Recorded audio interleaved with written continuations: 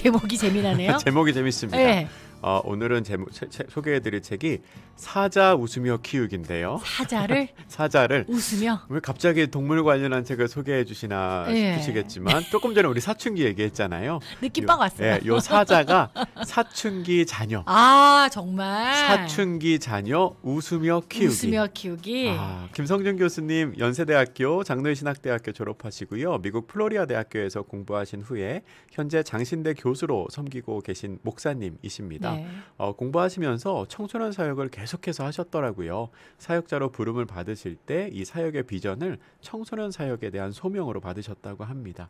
그래서 실제 경험도 많으시고 이론적으로도 공부를 많이 하신 청소년 사역자이십니다.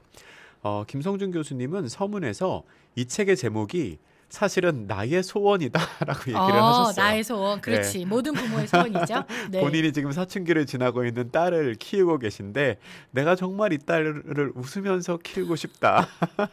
김성준 교수님이 청소년 사역을 20년 넘게 하셨거든요. 전문가네요. 맞아요. 네. 전문가신데 근데 아빠로서 딸을 키우는 건 정말 쉽지 않다. 그러니까 목사로서 아이들을 대하는 거는 그래도 어느 정도 익숙한데 아빠의 입장에서는 참 힘들었다라고 얘기하시면서 내 아이를 웃으며 키우고 싶다는 바람과 함께 모든 사춘기 자녀들을 키우는 부모님들 그리고 사춘기를 지나고 있는 청소년들이 웃으면서 행복하게 살아갈 수 있는 권리가 있음을 알게 하려고 네. 이 책을 쓰셨다고 합니다.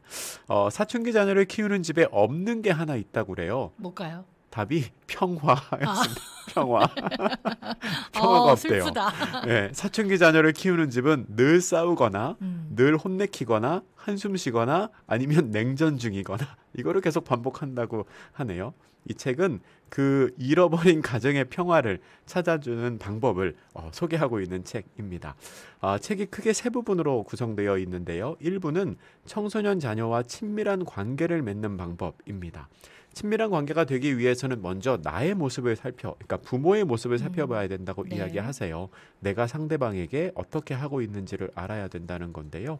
그리고 친밀해져야 하는 대상을 이해하면서 대화를 시도해야 한다고 합니다. 사실 이게 굉장히 단순한 것 같은데 부모와 자녀 사이에서는 잘 안 되는 부분이지요.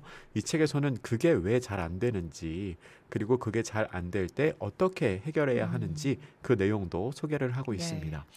그리고 2부에서는 청소년 자녀의 멘토가 되는 법을 설명을 하는데요. 제가 이 부분을 읽으면서 굉장히 흥미로웠어요. 네. 왜냐하면 제가 지금까지 뭐 청소년 신앙교육에 관한 책 많이 읽고 소개도 해드렸던 기억이 있는데 이 책만큼 구체적으로 이야기하고 있는 책을 못 봤어요. 네. 그러니까 지금까지는 조금 추상적으로 아이에게 뭐 비전을 심어주고 신앙생활 잘하도록 부모님이 모범을 보이고 공부 잘할 수 있도록 책망하기보다 격려하고 그런 얘기 많이 하는데 네. 그런 수준이 아니고 네네. 실제로 진로 상담을 위한 아주 구체적인 부분까지 알려주고 네. 학습 멘토링을 하는 실제적인 부분까지도 다루어 줍니다.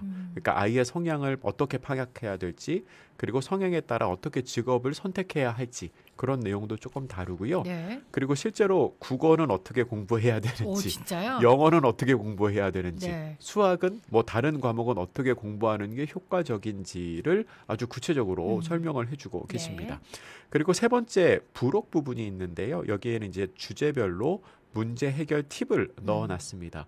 자녀들이 실제로 고민하고 있는 주제에 대한 간단한 답변들을 정리를 해둔 건데요.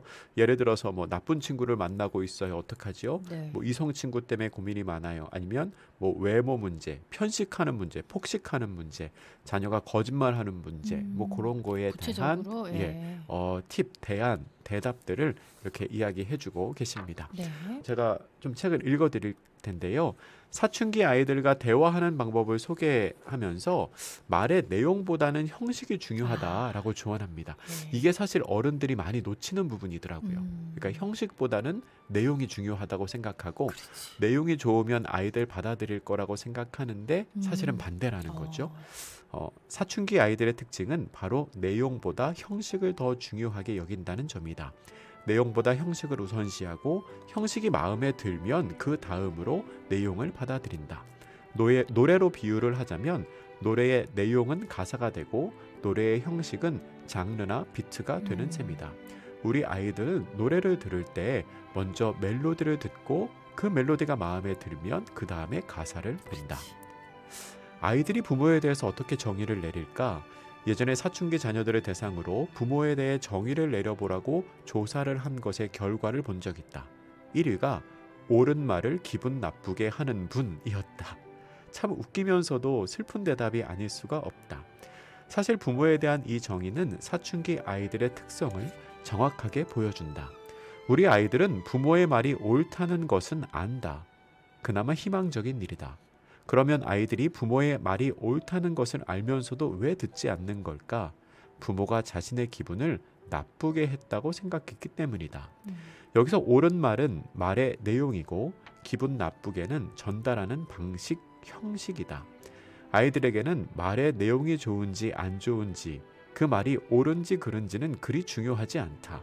말의 형식이 마음에 들어야 그 내용을 받아들인다 라고 말합니다. 맞아. 우리 애들 그렇죠. 그러니까요. 저도 사실 이런 실수 많이 하는 것 같은데 마음이 진심이면 됐지, 내가 말하는 게 사실이면 됐지라고 생각하고 그냥 이야기하는 경우가 많은데, 그 사실과 진실이 들리기 위해서는 형식이 중요하다. 예. 특별히 아이들에게는 그게 더 중요하다고 얘기하네요.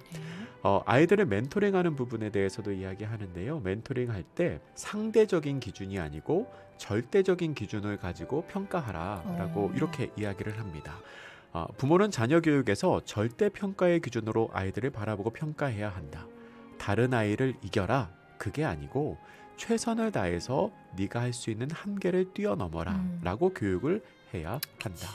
교육의 모토는 남을 경쟁 상대로 삼는 것이 아니라 자기 자신임을 깨달아야 하는 것이다. 절대평가의 기준은 다름 아닌 나 자신이다. 자신의 한계를 뛰어넘고 자신의 역량을 최대한 발휘하는 것이다. 절대평가의 기준으로 아이를 평가하고 도전할 수 있는 긍정적인 자극을 주면 아이들의 마음속에 경쟁심이 생겨나게 할 수 있다. 그것은 다른 친구를 이겨야 하는 경쟁심이 아니라 자기 자신의 한계를 넘어서야 한다는 경쟁심이다. 그래야 의지가 강해지고 이런 아이들이 결국 행복한 삶을 살게 된다. 의지가 강한 아이는 앞으로 닥칠 인생의 많은 고난과 역경에 굴복하지 않게 되고 그것을 극복하면서 또다시 도전하면서 살아가게 될 것이다. 네. 라고 이야기를 합니다. 이게 잘 아는데 네. 자꾸만 몇 점 받았어? 라고 몇 점 받았어? 잘했네 이러고 끝내야 되는데 네네. 누구는 몇 점 받았어? 요거 안 해야 되는데 아하. 그거 안 되더라고요. 그래, 궁금하니까. 그렇지. 한 부분 더 읽어드릴게요. 사춘기 청소년에게 꼭 필요한 것이 바로 신앙의 멘토링인데요. 이 신앙의 멘토링 부분에 대해서 이렇게 이야기를 하십니다. 사춘기는 하나님에 대한 관심이 많아지고 하나님을 찾게 되는 시기다. 입시 스트레스와 사춘기에 접어들면서 나타나는 몸의 변화, 그리고 마음의 변화에 힘들어하며 하나님의 도움을 간구한다. 미래에 대한 고민에 빠져 어떻게 살아야 하는지 하나님의 뜻을 구한다. 그러므로 부모는 이때 자녀들에게 신앙교육을 해야 한다. 주의할 것은 친절하게 신앙교육을 하지 않으면 신앙교육이 아니라 강요가 될 수 있다는 점이다. 청소년기는 반항아적 기질이 발현하고 어른에 대해서 비판적인 시각을 가지는 시기인데 주입식 신앙교육이 되거나 강압적인 신앙교육이 되면 오히려 엇나가는 수가 있다. 하나님을 찾고 하나님께 더 가까이 가려는 것이 아니라 아예 반대로 나갈 수도 있다. 따라서 청소년 자녀에 대한 신앙교육의 역할을 감당할 때에는 친절하게, 따뜻하게, 그리고 자녀의 눈높이에 맞추어서 해야 한다라고 이게 서문이고요. 그리고 네. 그 뒤에 어떻게 하면 신앙교육을 잘할 수 있을지 그 내용도 소개를 하고 계십니다. 네. 제가 이 책을 읽으면서 느낀 점이 있는데요. 사춘기 자녀를 양육하는 일이 보통이 아니구나 그럼요. 하는 생각 네. 들었습니다. 모르실 거예요, 목사님. 그러니까요. 전 아직 경험이 없어서 이제 좀 있으면 겪게 되겠지요. 네. 근데 느껴지는 게 그 일을 포기하면 안 되겠다. 왜냐하면 내 아이의 부모는 나밖에 없으니까요. 이 세상에서 누가 그 아이를 믿음으로 양육하겠습니까? 이 책은 그렇게 정말 쉽지 않은 일이지만 그 일을 잘 감당할 수 있도록 도와주는 책입니다. 그 어려운 사역을 감당하시는 청소년 사역에 대한 전문가인 저자의 내공과 그리고 열정이 느껴지는 네. 책이었습니다. 이찬수 목사님이 이 책에 추천사를 쓰셨는데요. 추천사에서 이런 얘기 하시더라고요. 한마디로 이 책은 사춘기 자녀 교육 관련 백과사전이자 백과사전. 처방전입니다. 라고 예. 얘기합니다. 백과사전이자 처방전이라는 표현처럼 내가 이 책을 읽게 되면 이렇게 하면 되겠다. 이런 도움을 얻을 수 있겠다 하는 생각이 들게 만드는 책입니다. 마지막으로 이런 분들에게 추천합니다. 사춘기 자녀와 좋은 관계를 형성하고 싶으신 분, 그리고 청소년 신앙 교육에 관해서 고민하고 계신 분들이 있다면 이 책 읽어보시면 도움을 얻으실 수 있을 것 같습니다. 사춘기를 둔 부모님뿐만 아니라 우리 중고등학교 사역하시는 우리 교사분들도 도움이 많이 될 것 같습니다. 맞아요. 김성중 목사님의 사춘기 자녀, 네. 사자 웃으며 키우기 두란노에 출판이 됐는데요.